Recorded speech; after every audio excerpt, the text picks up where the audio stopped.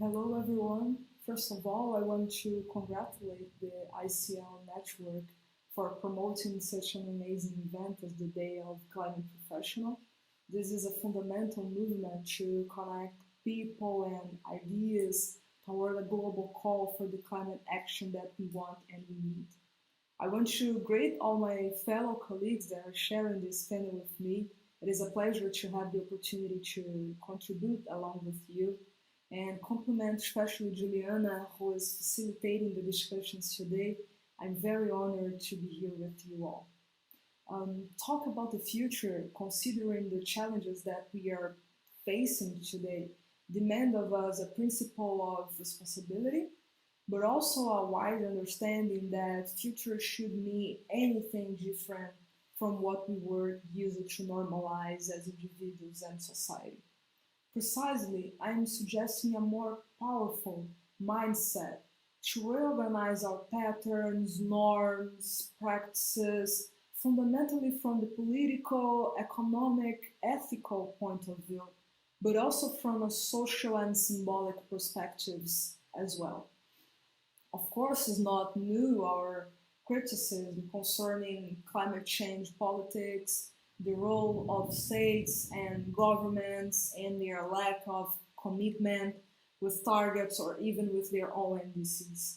The most recent historical events, however, on climate change arena created some dynamics which build political and ideological rhetorics based on challenges. And there are disputes over the theme, prompted by narratives about its existence.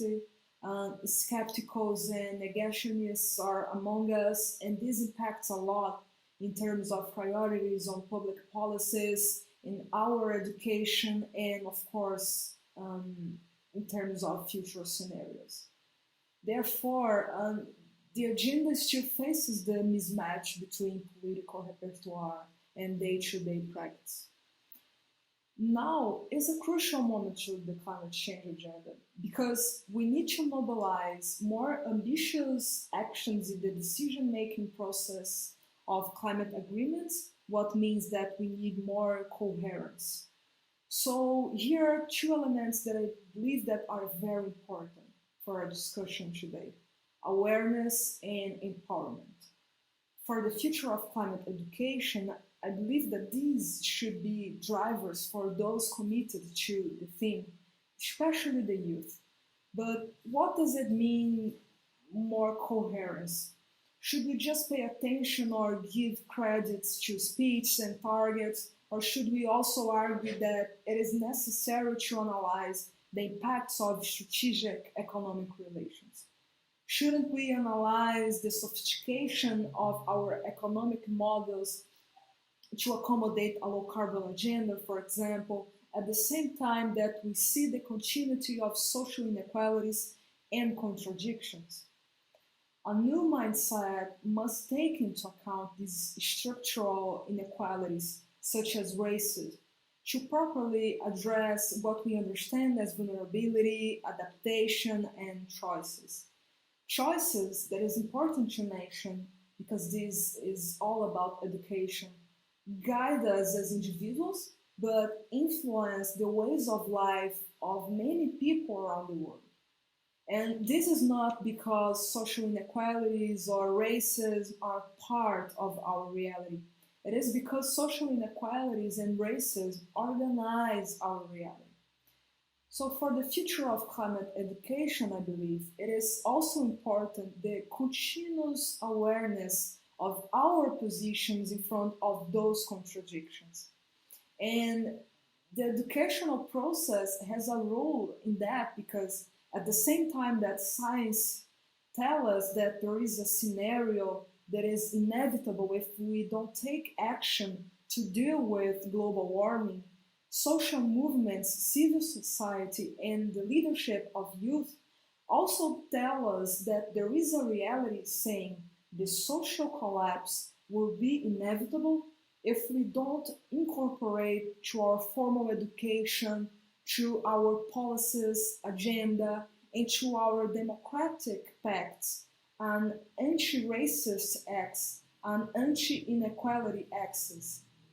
This emphasis on climate education that strengthens a global view of empowerment based on the idea that Black lives matter, Indigenous lives matter, traditional communities' lives matter, is a very important role to play. Unfortunately, this is an ongoing debate when it should be a primary one. I mean, it's not only about values or human rights, it's about what we understand as democracy, environmental protection, global interconnection, just transition, and beyond. So it's important as researchers and, of course, climate professionals to support this view, to qualify these sociological dimensions on climate change politics, to address this deeper understanding of what are vulnerabilities, conditions, and realities in order to present solutions, to present development based on equal access to basic rights, such as resilient houses, health, food, responsible consumption, energy and water sovereign. Anyway, perhaps a future more equal, sustainable, and safe for everyone. We are producing knowledge about the climate problem.